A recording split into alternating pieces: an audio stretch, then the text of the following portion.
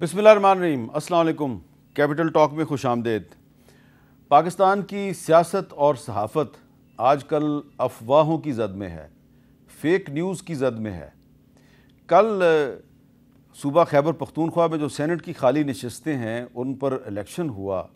Election में जो वहाँ की सूबाई हुकूमत है और वहाँ की जो अपोजिशन है उसके दरमियान कुछ एक फार्मूला था, उसके मुताबिक ताउन हुआ और हुकूमत को अपनी सीटें मिल गई, अपोजिशन को अपनी सीटें मिल गई। तो बहुत से लोगों ने सोशल मीडिया पे ये अफवाह फैला दी कि जनाब ये तहरीक इंसाफ का जो हुकूमत के साथ और इस्टेब्लिशमेंट के साथ को मामला तय हो गया है और अब ये बात जो है निकली है तो दूर तलक जाएगी। अभी 24 घंटे भी नहीं गुजरे और आज जो है तहरीक इंसाफ के दो अहम रहनुमा जो हैं उनको इंसदाद दहशत गर्दी की जो अदालत है सरगोदा की, उसने 10-10 साल कैद की सज़ा सुना दी है। पंजाब असम्बली में अपोजिशन लीडर मलक अहमद फजर साहब और अहमद चट्ठा साहब जो कि रुकन कौमी असम्बली हैं, दोनों को 10-10 साल की कैद की सज़ा सुनाई गई है। इसके अलावा भी इनके साथ बहुत से लोग हैं और ये बताया जा रहा है कि जो इस किस्म के मुकदमात हैं इनमें कुछ मज़ीद जो तहरीक इंसाफ के रहनुमा हैं उनको भी सज़ाएँ सुनाई जा सकती हैं आने वाले चंद दिनों में। और बहुत से नाम जो हमें बताए जा रहे हैं वो बड़े सरप्राइजिंग है वो नाम। तो मामला किधर जा रहा है? कहीं ऐसा तो नहीं हुआ कि इधर तहरीक इंसाफ ने 5 अगस्त को अपनी तहरीक के क्लाइमेक्स का ऐलान किया कि हम हुकूमत के ख़िलाफ़ तहरीक चलाएंगे, तो ये ऐलान उसको महंगा पड़ गया और सज़ाओं का सिलसिला शुरू हो गया। और ये किधर जाएगा? एक तरफ पाकिस्तान में बरसात का मौसम है और जो सैलाबी रेलें हैं उसकी वजह से पूरे पाकिस्तान में मुश्किल सूरत हाल है और दूसरी तरफ हमारी जो सियासत है उसमें ये सज़ाओं का रेला आ गया। तो इस सज़ाओं के रेले में किस किस के लिए ख़तरा है, इस पर गुफ्तगू के लिए हमारे साथ मौजूद राना सनाउल्लाह साहब, वज़ीर-ए-आज़म के मशीर बराए सियासी अमूर, बैरिस्टर अली ज़फ़र साहब किसी तारुफ के मुताज नहीं, तहरीक इंसाफ के सेनेट में पार्लिमानी लीडर हैं, मुल्क के मारूफ कानूनदान भी हैं। अली ज़फ़र साहब, सबसे पहले मैं राना सनाउल्लाह साहब से गुफ्तगू का आगाज़ करता हूँ। राना साहब, ये एक तो बारिशें हैं, सैलाबी रेले हैं, दूसरी तरफ ये सज़ाओं का रेला शुरू हो गया है। क्या लग रहा है आपको कि ये जो तहरीक इंसाफ जो है ये इन्होंने जो 5 अगस्त को कहा था कि हम अपनी एहतजाजी तहरीक को क्लाइमेक्स पे ले जाएंगे, तो ये क्लाइमेक्स तक पहुंचेगी या उससे पहले पहले आप बहुत से लोगों को डिस्क्वालीफाई कर देंगे? देखिए, इसमें पहली बात तो ये है कि एक सियासी कारकुन होने के नाते मैं बिल्कुल इस बात पे जो है वो खुशी का इजहार नहीं कर सकता कि किसी भी सियासी कारकुन को जो है वो सज़ा हो, 2 साल हो या 10 साल हो। हम ख़ुद जो है वो इन राहों से गुज़रे हैं और मुझे मालूम है कि इन लम्हात की और इन चीज़ों की जो है वो इंसान की ज़िंदगी पे ऊपर जो है वो क्या असरात होते हैं। लेकिन मामला ये है कि 9 मई जो है वो कोई अफसाना तो नहीं है, वो कोई ड्रामा भी नहीं है, वो एक हकीकत है। वो एक हकीकत है कि एक सियासी जमात ने इस मुल्क के रियासत के एक ऐसा अदारा जो कि दिफा का ज़िम्मेदार है उसके ऊपर हमला किया। किसके घर को आग लगाई गई लाहौर में, ये कोई अभाम नहीं है, सबको मालूम है कि उस घर में कौन रहता था जिस घर को आग लगाई गई। पेशावर में किसके घर को आग लगाने की कोशिश की गई जिसमें नाकामी पर उसके साथ जो तारीख़ी इमारत थी रेडियो पाकिस्तान की उसको आग लगा दी गई और साथ एक बकर मंडी थी, वहाँ पे उस बकर मंडी को जानवरों समेत जो है वो आग लगा दी गई। रावलपिंडी पे किस अदारे के हेडक्वार्टर के ऊपर जो है वो हमला हुआ। मियाँ वाली एयर बेस जो है उसके ऊपर ना सिर्फ हमला हुआ, नुकसान पहुँचाया, बल्कि बाहर किस शहीद की जो है वो निशान हैदर की जो है वो पोर्ट्रेट लगी हुई थी जिसे गिरा के उसे डंडे और जूते मारे गए। अब मामला ये है कि कल तक तो ये बात होती थी कि जी 9 मई हुआ है, अगर कोई सबूत है तो जी लाएँ, अदालतों में दें, सज़ाएँ दें अगर किसी का कोई कसूर है। तो मामला ये है कि आखिर इस 9 मई के हवाले से जो प्रोसिक्यूशन है उसका नतीजा तो सामने आना है और नतीजा यही आना है कि जो लोग इसमें मुलव्वस थे या जिन लोगों के ज़ुम्मे ये जुर्म डाला गया है उनको जो है वो सज़ाएँ भी होंगी, कुछ बरी भी होंगे और हो सकता है कि कुछ लोग जो सज़ा हों उनमें से कोई ऐसा भी हो सकता है कि जिसका वो जुर्म ना हो जिसके ऊपर उसको प्रोसिक्यूट किया गया है। बरी होने वालों में भी हो सकता है कि किसी के पास कोई शामिल हो लेकिन उसके ख़िलाफ़ कोई सबूत ना हो। तो मामला ये है कि सियासी जमात जिसने ये 9 मई किया उन्हें इसको हैंडल करना चाहिए था, लेकिन उन्होंने इसको न तो सियासी तौर पे और ना ही कानूनी तौर पे सही हैंडल नहीं किया। किसे नहीं मालूम कि ये बयानिया बनाया नहीं गया था कि ख़ान है तो पाकिस्तान है, ख़ान नहीं तो पाकिस्तान नहीं, और ख़ान को अरेस्ट करना हमारी रेड लाइन है। ये बाकायदा एक बयानिया बना के लोगों की ज़हन साजी की गई।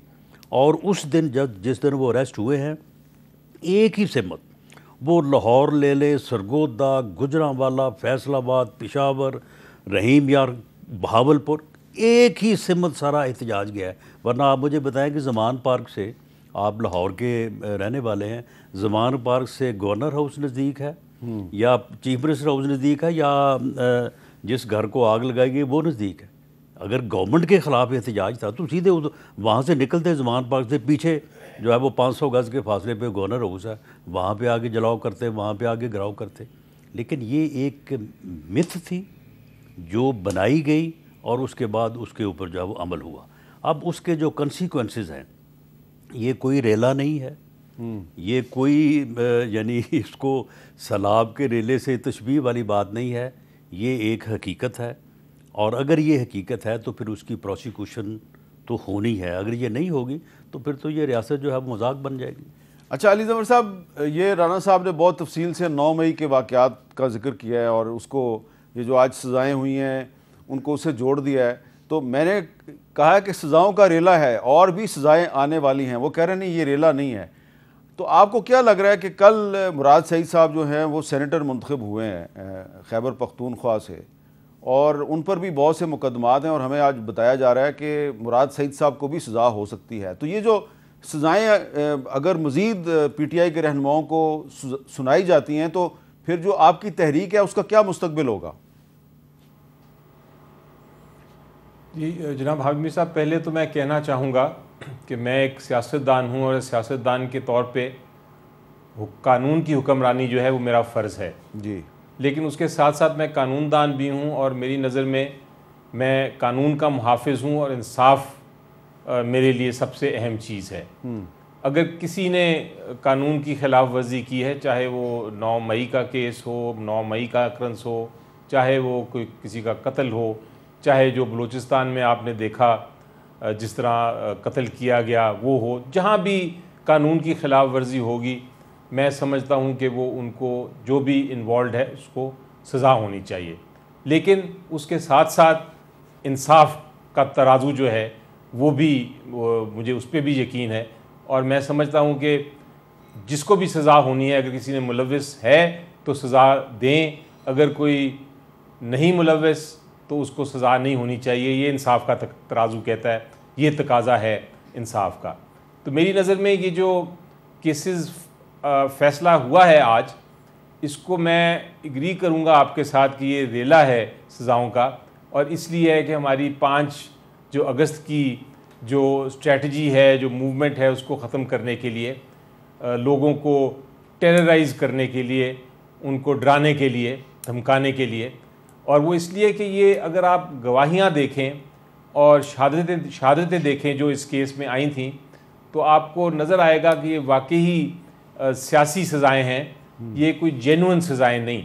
मैं ये फिर दोबारा से रिपीट करूँगा कि अगर कोई मुलव्विस है तो उसकी शहादत के मुताबिक, प्रॉपर ट्रायल के मुताबिक अगर कोई फ़ैसला होता है तो उसको कोई नहीं डिफेंड करेगा। लेकिन अगर सियासी बिना पे आपने लीडर ऑफ द अपोजिशन को उठा के, जो हमारे पंजाब में हैं और हमारे जो MNAs हैं, उनको टारगेट करना है और आप चाहते हैं कि असेंबली खाली हो ताकि आपके लोग गलत इलेक्शन जीत के असेंबलियों में आ जाएं, तो ये फिर नाइंसाफ़ी है और एक कानूनदान के तौर पे मुझे उसके ख़िलाफ़ भी खड़ा होना है और आवाज़ उठानी है।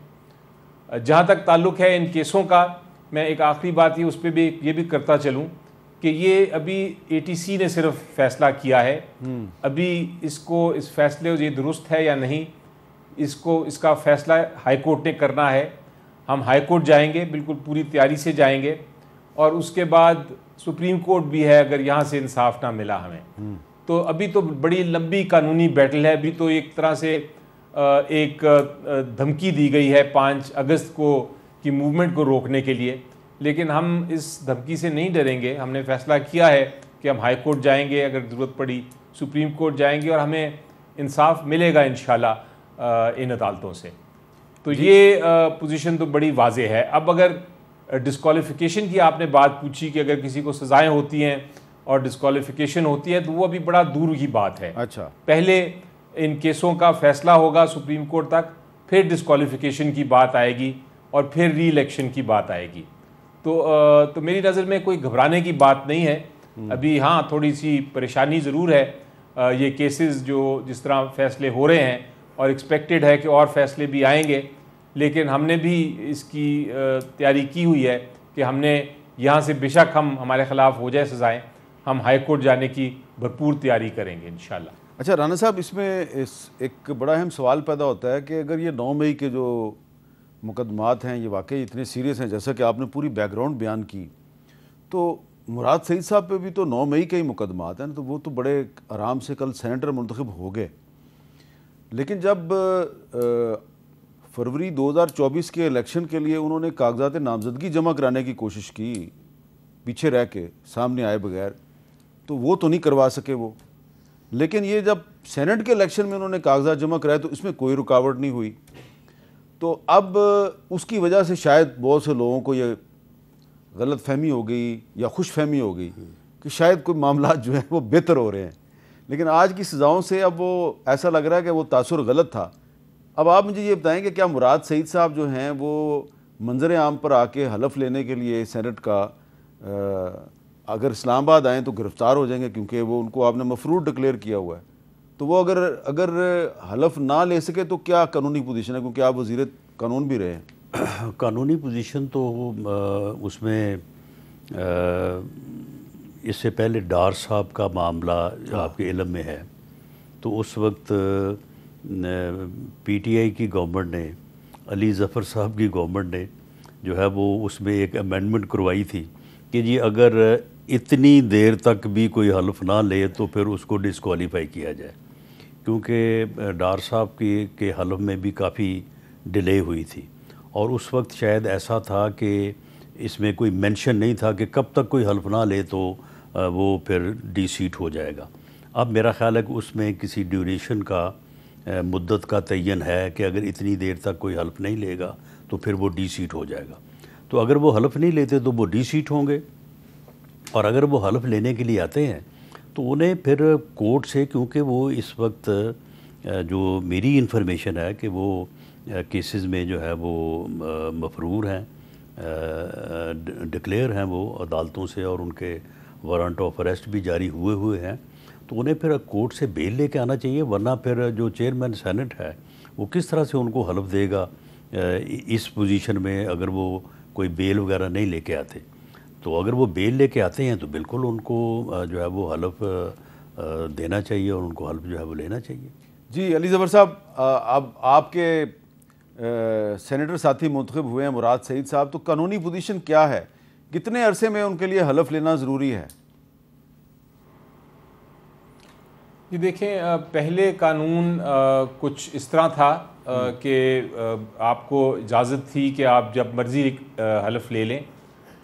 उसके बाद फिर तरमीम आई कानून में और एक टाइम लिमिट फ़िक्स किया गया, लेकिन उसमें भी एक अभी गैप है, एक खला है कि अगर आप मजबूरन कब आई ना ले सकें ओथ तो एक पोजीशन है, अगर आप जानबूझ के ओथ ना लें तो दूसरी पोजीशन। अच्छा, वो राना सनाउल्लाह साहब सवाल पूछ रहे हैं आपसे, अगर राना सनाउल्लाह साहब सवाल पूछ रहे हैं कि ये जो आप कह रहे हैं फिर तरमीम आई कानून में, ये तरमीम कब आई? ये तरमीम अगर मुझे अगर ठीक तरह तारीख तो याद नहीं, लेकिन मैं हाले 2018 में शायद ये तरमीम लेके आए थे इलेक्शन एक्ट में। अच्छा।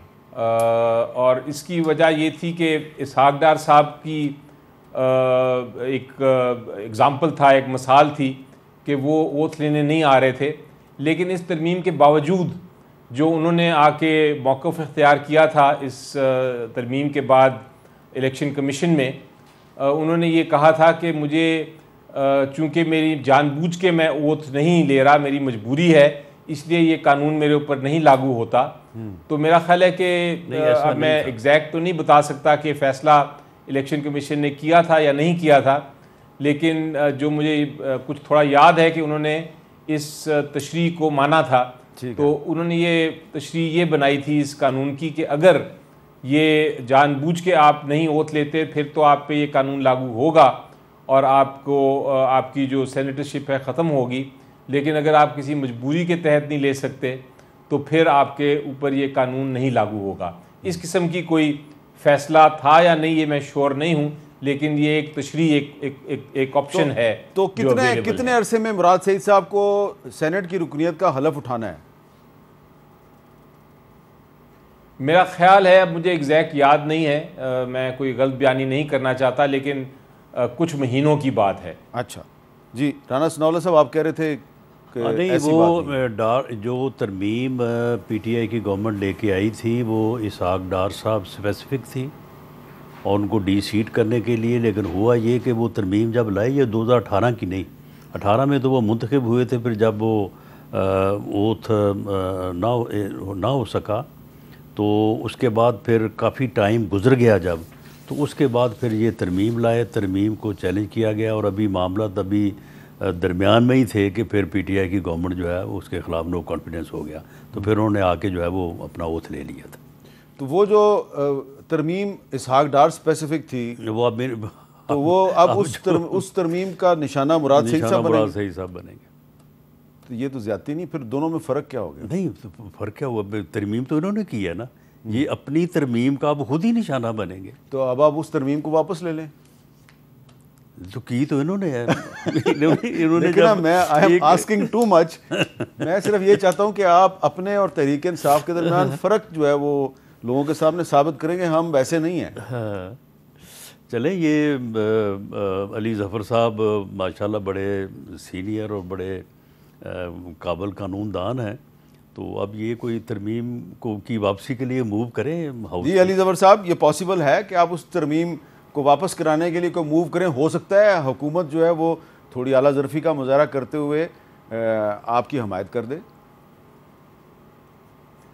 जी, वो अपनी जगह हमायत करती है हुकूमत या नहीं इस मामले पे, लेकिन मेरा ख्याल है कि कानून जो है वो तो एक अपनी जगह हर पे लागू होता है और कानून आपको एक बनाना तो पड़ता है ऐसा कि ये ना हो कि एक सीट खाली रह जाए और कोई ओथ ना ले, तो ये कानून तो इस तरह का होना चाहिए।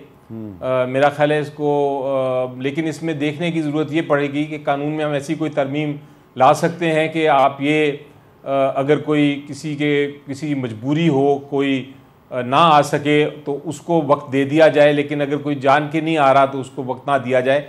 इस किस्म की जो अमेंडमेंट है हो सकती है, लेकिन मेरा ख्याल है ये कानून तो ज़रूरी है, कोई टाइम लिमिट तो होना चाहिए। अच्छा, लेकिन अली ज़फ़र साहब, अली ज़फ़र साहब, जो पुराने ज़माने की जो सुप्रीम कोर्ट थी, यानी कि चंद साल पहले की सुप्रीम कोर्ट, उसका एक फ़ैसला है जहाँ तक मुझे याद पड़ता है कि पर्सन स्पेसिफिक कानून साजी नहीं होनी चाहिए। जी, ये तो बिल्कुल कानून है ऐसा कि पर्सन स्पेसिफिक नहीं होनी चाहिए जो कानून साजी है, क्योंकि आपको कानून हर एक के लिए बनाना पड़ता है, तो वरना वो आर्टिकल 25 की खिलाफ वर्जी होती है। लेकिन ये कानून जो था ये एक्चुअली इसलिए बनाया गया था कि एक हमारे सामने मिसाल थी, और मिसाल ये थी कि अगर कोई 5 साल या 6 साल के लिए सेनेटर बनता है और वो हल्फ लेने ना आए तो एक सीट ज़ाया होती है और सूबे की एक रिप्रेजेंटेशन नहीं होती उस तरह। तो उस लिहाज से एक वक्त जो वक्त कोई मुकर्रर करना ज़रूरी था ओथ के लिए। ये पर्सन स्पेसिफिक उस तरह नहीं था कानून, ये कानून इसलिए था कि सामने एक मिसाल थी। तो मेरा ख्याल है कि इस कानून में तरमीम अगर ज़रूरत पड़ी हमें, तो जिस तरह मैंने सजेस्ट किया कि उस हद तक ज़रूर हम सेनेट या नेशनल असेंबली में ला सकते हैं, लेकिन मुझे नहीं लगता कि हुकूमत जो है वो हमारी कोई इसमें मदद करेगी इस वक्त। अच्छा जी, उनको लगता नहीं है कि आप मदद करेंगे?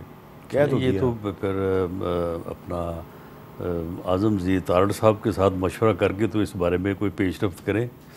अगर कोई मेरी ज़रूरत हुई तो मैं तो बीच में पॉजिटिव रोल अदा करूँगा। अच्छा, अब राना साहब जो हैं, ये जो पॉजिटिव रोल आप कभी कभी अदा करते हैं और कभी कभी आप ऑपोजिशन के बारे में भी कलमा खैर कह देते हैं, इसकी वजह से मुझे लग रहा है कि आप सोशल मीडिया पे फेक न्यूज़ का निशाना है। और काफ़ी अरसे से कोशिश की जा रही है कि मेरे से मंसूब कोई एक ऐसी फेक न्यूज़ बनाई जाती है जिसमें मैं राना साहब जो है इनको चैलेंज कर रहा हूँ और इनको कह रहा हूँ राना साहब देखें आपने ये गलत कर दिया, वो गलत। और ये पता है कब होता है? ये देखें अब ये राना साहब एक हफ़्ता हो गया मेरे चैलेंज को, लेकिन आपका जवाब नहीं आया, तो अब मैंने तो कभी आपको चैलेंज नहीं किया। बिल्कुल नहीं। ये होता उस वक्त है राना साहब, ये मैंने नोटिस किया है। ये मेरे हवाले से आपके ख़िलाफ़ कोई सोशल मीडिया पे फेक न्यूज़ उस वक्त आती है जब मैं अपने प्रोग्राम में किसी डिस्कशन के दौरान वो जो आपको एक सज़ा दी गई थी एक झूठे मुकदमे में, तो वो मैं उसका जब जिक्र करता हूँ ना कि आपके सेल में चीनी फेंकी गई थी, वो जब भी मैं चीनी का जिक्र करता हूँ तो मैं जनाब फंस जाता हूँ। सही है। तो लेकिन मैं ये वजाहत कर रहा हूँ कि ये मैंने ना ये बयान दिया आपके बारे में और मैंने इसकी वजाहत भी कर दी, लेकिन ये फेक न्यूज़ एक इशू ज़रूर बनी हुई है। बिल्कुल जी, बना हुआ है। और इस फेक न्यूज़, ये तो मैंने सिर्फ एक मिसाल दी है, मुझे लग रहा है कि आने वाले वक्त में फेक न्यूज़ जो है ये पूरी दुनिया में नहीं, पाकिस्तान में ख़ास तौर पे ये जो हमारे सियासी माहौल में कशीदगी पैदा होती है, इसमें इसका बहुत अहम किरदार है। और इस वक्त जो कशीदगी मौजूद है ना, इसमें भी कोई माने या ना माने, इसमें भी कहीं ना कहीं फेक न्यूज़ का भी किरदार है, जिसकी वजह से कुछ लोग जो हैं वो कुछ सियासतदानों के बारे में बहुत ज़्यादा गलतफहमी और नफ़रत का शिकार है। इस पर मज़ीद बात करते हैं वक्फे के बाद।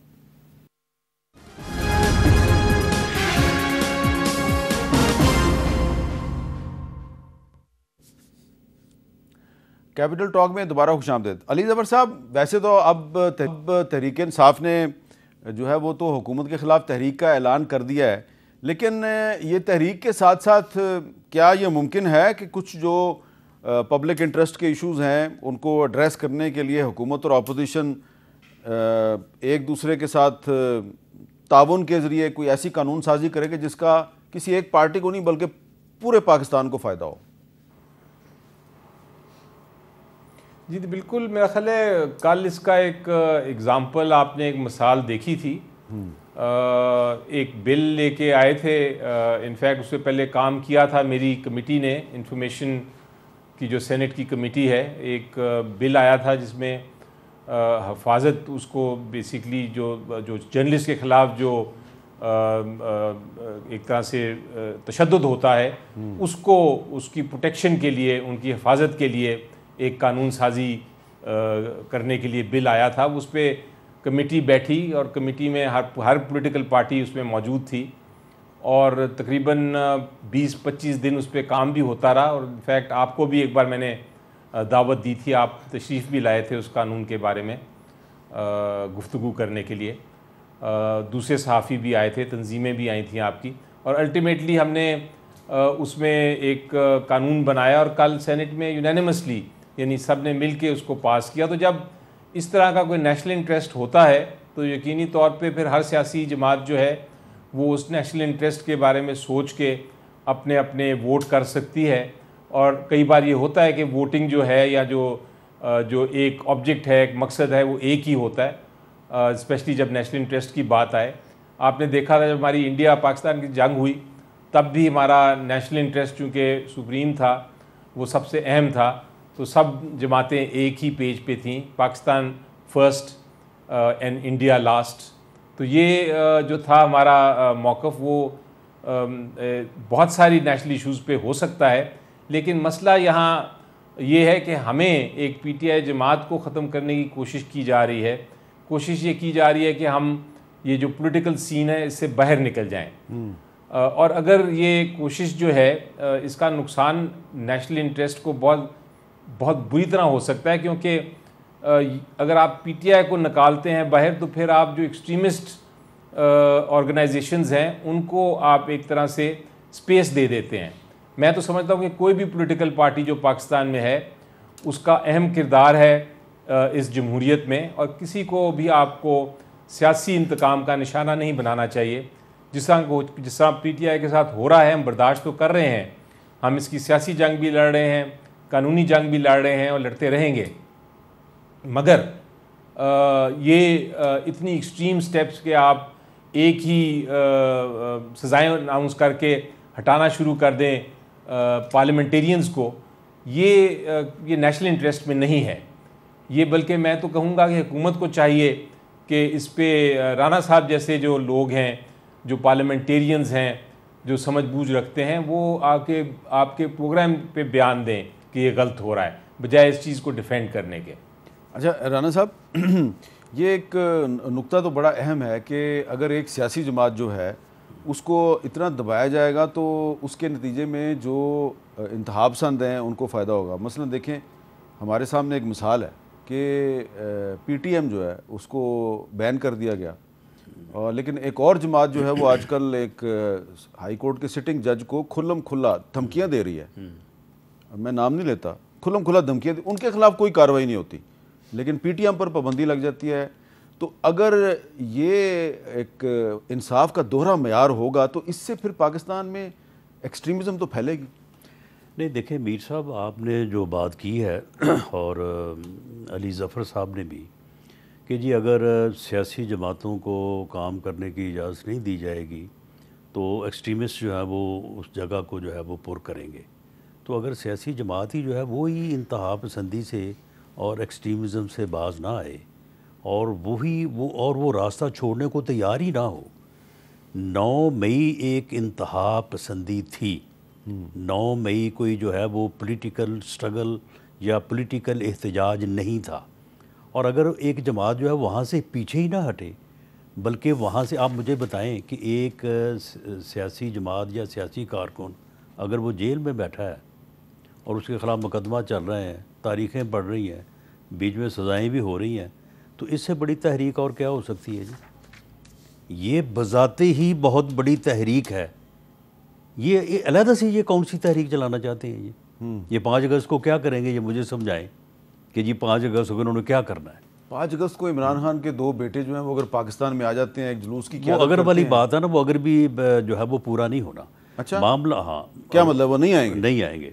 मामला ये है कि PTI जो है वो एक सियासी जमात बने, वो सियासी जमातों के साथ बैठे, सियासी जमातों के साथ जो है वो मामला फहमी करे। ये पहले इस मुल्क में जो है वो लेजिस्लेशन पे तावन करें, इस मुल्क में चार्टर ऑफ इकॉनमी लाने के लिए जो है वो तावन करें।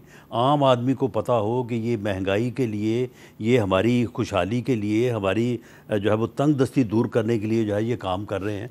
ये वहाँ से शुरू करें और उसके बाद फिर अपनी बात भी लें।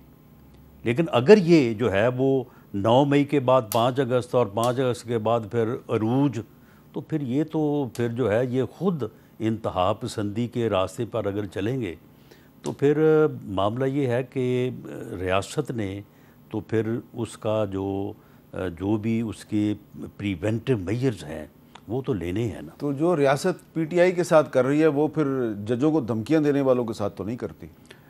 देखिए जी, धमकियां अगर कोई जिस तरह से अब PTI के बहुत सारे लोग बाहर बैठे हैं और वहाँ पे वो जो वहाँ से वो गलत कर रहे हैं, जो कर रहे हैं वो गलत तो कर रहे हैं। अब उनके ख़िलाफ़ तो अभी यहाँ से कुछ नहीं हो सकता।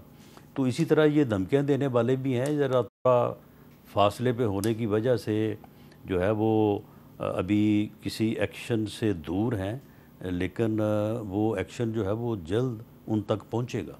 अच्छा अली ज़फ़र साहब, अब 2 चीज़ें हैं। पहली चीज़ है कि राना सनाउल्लाह साहब का मौक़िफ़ है कि तहरीक इंसाफ ने जो 9 मई को किया वो भी इंतहा पसंदी थी, और दूसरी बात यह है कि इमरान खान साहब के बरखुरदार जो हैं उनके बारे में कहा गया है कि वो पाकिस्तान आ रहे हैं। राना साहब का साथ ये भी शामिल कर लें कि 24 नवंबर भी इंतहा पसंदी थी। चलें ठीक है, जिस दिन इस्लामाबाद का घिराव किया। अच्छा, वो उस वक्त आप वज़ीर दाखिला थे?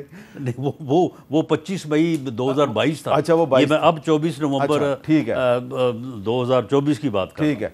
तो दूसरी बात जो है वो ज़्यादा इम्पॉर्टेंट है कि राना साहब कह रहे हैं कि इनके ख्याल में फ़िलहाल इमरान खान साहब के बरखुरदार नहीं आ रहे। आपकी क्या खबर है? जी देखें, उन्होंने बिल्कुल ख्वाहिश का इजहार किया है, वो आना चाहते हैं और उनका, जैसा मैंने कहा, सबसे पहला मकसद ये है कि वो अपने वालिद साहब इमरान खान साहब को मिलना चाहते हैं। कानून ये कहता है कि इमरान, और अदालतों का भी यही फ़ैसला था कि इमरान खान साहब कम से कम एक हफ़्ते में एक बार उनसे बात कर सकते हैं। वो बात की इजाज़त नहीं दे रही जो जेल अथॉरिटीज़ हैं, उसकी वजह से अब वो फाइनली उन्होंने फ़ैसला किया है कि हम आके तो अपने वालिद साहब को मिलना चाहते हैं। अभी इतनी अनाउंसमेंट ही हुई थी तो ये हुकूमत जो है वो एक तरह से शिकार हो गई डर का, और उनको इतना कन्फ्यूजन हो गई कि उन्होंने हर प्रोग्राम पे, हर जगह पे स्टेटमेंट्स देना शुरू कर दी कि जनाब, कुछ ने कहा कि यहाँ तक कहा कि अगर वो आए तो उनको अरेस्ट कर लेंगे। इतनी घबरा गई सिर्फ इस बात से कि वो आ रहे थे अपने वालिद साहब से मिलने के लिए। हालांकि होना ये चाहिए था कि हुकूमत कहती बिल्कुल उनका हक है, वो आएँ, आके हम फैसिलिटेट करेंगे, खान साहब से मिलें वो, और मिल के उनको जो भी एक हक है बाप का और बच्चों का, वो पूरा करेंगे हम। ये हुकूमत का ये एटीट्यूड होना चाहिए था। लेकिन इसके बजाय ये कहना, धमकियां देना, थ्रेट करना, ये बिल्कुल गलत था। तो इंशाल्लाह वो आएंगे। और उसके साथ साथ मैं ये भी कहूँ कि अगर उस वक्त तक मूवमेंट में वो शामिल होना चाहें तो वो भी उनका हक है, वो भी हक है कि वो मूवमेंट में शामिल हों। लेकिन अभी उसमें वो फ़ैसला उनका है कि वो मूवमेंट में शामिल होना चाहेंगे या नहीं होना चाहेंगे। पहला उनका, जैसा मैंने कहा, मकसद यही है कि अपने वालिद साहब से मिलें।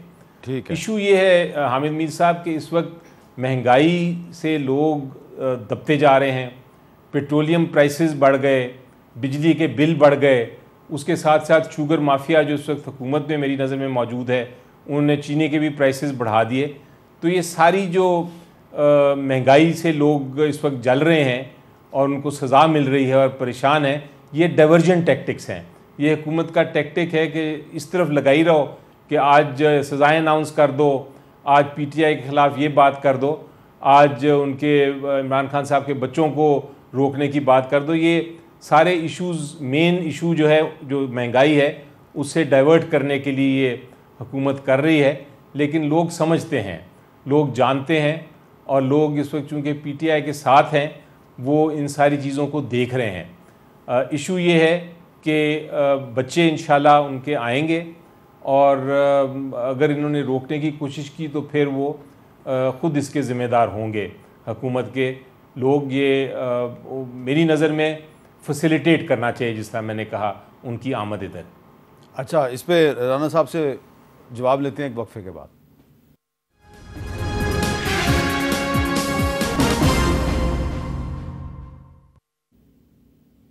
कैपिटल टॉक में खुशामदीद। राना सनाउल्लाह साहब, शेख इम्तियाज़ महमूद साहब जो हैं, उन्होंने तहरीक इंसाफ की तरफ से डिप्टी कमिश्नर लाहौर को दरख्वास्त दी है कि जी हम 5 अगस्त को लाहौर में जलसा करना चाहते हैं मीनार पाकिस्तान पे, तो हमें इजाज़त दी जाए।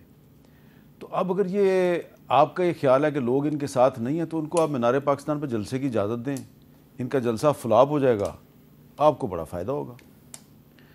देखिए, ये इजाज़त तो खैर वहाँ पे इंतज़ामिया ने देनी है और जो रेलेवेंट रूल्स और लॉ है उसके मुताबिक देनी है। लेकिन मुझे ये बताएं कि ये जलसा, ये अरूज हो जाएगा 5 अगस्त को। कहते थे ना कि तहरीक शुरू और अरूज जो है वो 5 अगस्त, एक जलसा जो है वो अरूज होगा। अगर आप जलसे की इजाज़त दें तो इनका जवाल शुरू हो जाएगा। नहीं, तो मामला ये है कि जवाल शुरू हो ना हो, ये अरूज क्या है? जलसा अरूज है। तो मामला ये है कि अगर इन्होंने जलसा ही करना है, यानी 5 अगस्त की जो तहरीक का अरूज है उस दिन एक जलसा ही करना है लाहौर में, तो ये बैठ के पंजाब गवर्नमेंट से बात कर लें। हम भी इस बात में जो है वो आ जाते हैं।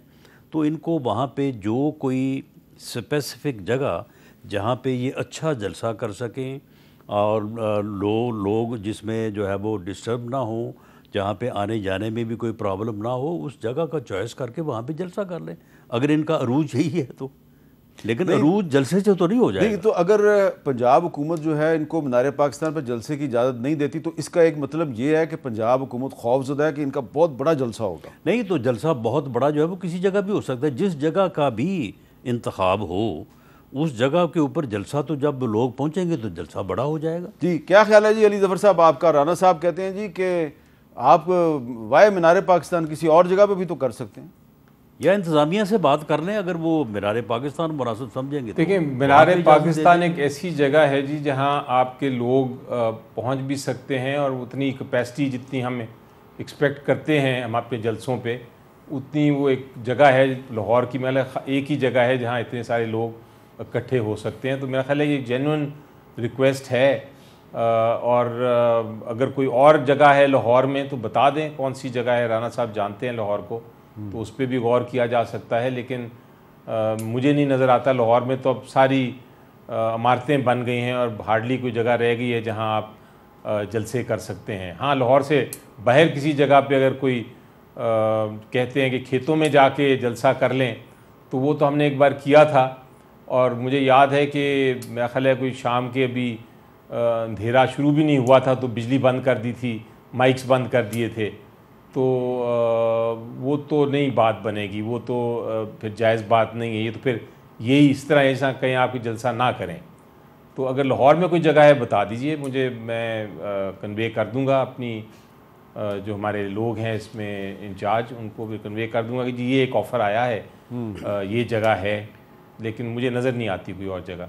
नहीं, मैं पंजाब गवर्नमेंट को जो है वो कन्वे कर देता हूँ, ये इनके लोग वहाँ उनके साथ जो कमिश्नर लाहौर हैं उनके साथ ये बैठ जाएं और जो भी मुनासिब जगह उनके मुताबिक या इनके मुताबिक हो। लेकिन जो ये मैं पिछले दिनों से सुन रहा था कि जी तहरीक शुरू करने वाले हैं और 5 अगस्त को उसका अरूज होगा, मुझे तो ये बात सुन के बड़ी मायूसी हुई कि जी अली ज़फ़र साहब, अरूज का जो क्लाइमेक्स का लफ्ज़ इस्तेमाल किया गया था कि 5 अगस्त तहरीक का क्लाइमेक्स होगा, तो आज 22 जुलाई हो चुकी है, तो वो क्लाइमेक्स जो है उसके आने से पहले जो है वो स्टार्ट भी तो होना है, तो वो स्टार्ट कब होगी तहरीक? और क्लाइमेक्स क्या जलसा ही होगा सिर्फ?